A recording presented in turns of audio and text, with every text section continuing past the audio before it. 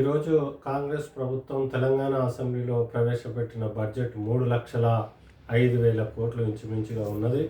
అందులో సగానికి పైగా జనాభా కలిగినటువంటి బీసీలకు 11,000 కోట్లు మాత్రమే కేటాయించింది. ఇది టోటల్ బడ్జెట్లో 3.74% మాత్రమే. గత బడ్జెట్లో 9,000 కోట్లు కేటాయించింది. ఎన్నికలప్పుడు బీసీలకు సప్లాన్ ఏర్పాటు చేసి ప్రతి సంవత్సరం 20,000 కోట్ల రూపాయలు సప్లాన్ కింద బీసీలకు నిధులు కేటాయిస్తామని, 5 సంవత్సరాల్లో 1,00,000 కోట్లు ప్రత్యేకంగా బీసీలకు ఖర్చు పెడతానని వాగ్దానం చేసి అధికారంలోకి వచ్చినటువంటి కాంగ్రెస్ పార్టీ దొరల పాలన కొనసాగిస్తూ బీసీలకు అన్యాయం చేస్తూ వచ్చింది. కులగణనలో కూడా అసమగ్రంగా బీసీ లెక్కలు తీయడం జరిగింది. ఈ రెండు విషయాల్లో ప్రధానంగా కాంగ్రెస్ పార్టీ బీసీలకు అన్యాయం చేస్తూ వస్తున్నది.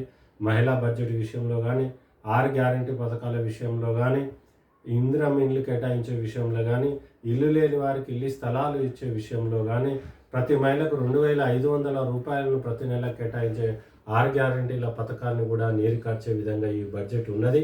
కేవలము ఈ దొరలకు, వారి యొక్క అనుచరులకు, వారికి తొత్తులుగా పనిచేస్తున్నటువంటి కొన్ని వర్గాలకు మాత్రమే ఈ బడ్జెట్ని కేటాయించుకున్నట్టుగా తెలుస్తున్నది. ఇవాళ మైనార్టీలు 12% పైగా ఉంటే కేవలం వాళ్ళకు 3,591 కోట్లు మాత్రమే కేటాయించడం జరిగింది. ఈ లెక్కన చూస్తే ఎక్కడ కూడా బీసీ ఎస్సీ ఎస్టీల సంక్షేమం దీని ద్వారా జరిగే అవకాశాలు లేవు.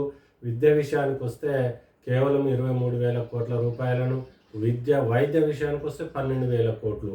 చాలా తక్కువ బడ్జెట్, 4% బడ్జెట్ను మాత్రమే వైద్యాన్ని కేటాయించింది. అంటే ప్రజల విద్యను, ప్రజల ఆరోగ్యాన్ని, ప్రజల సంక్షేమాన్ని గాలికి వదిలేసే ఈ బడ్జెట్ పూర్తి స్థాయిలో తెలంగాణ రాష్ట్రాన్ని వెనుకకు తీసుకెళ్లే విధంగా ఉందని చెప్పి సందర్భంగా బ్లూ ఇండియా పార్టీ తరఫున తెలియజేయడం జరుగుతుంది.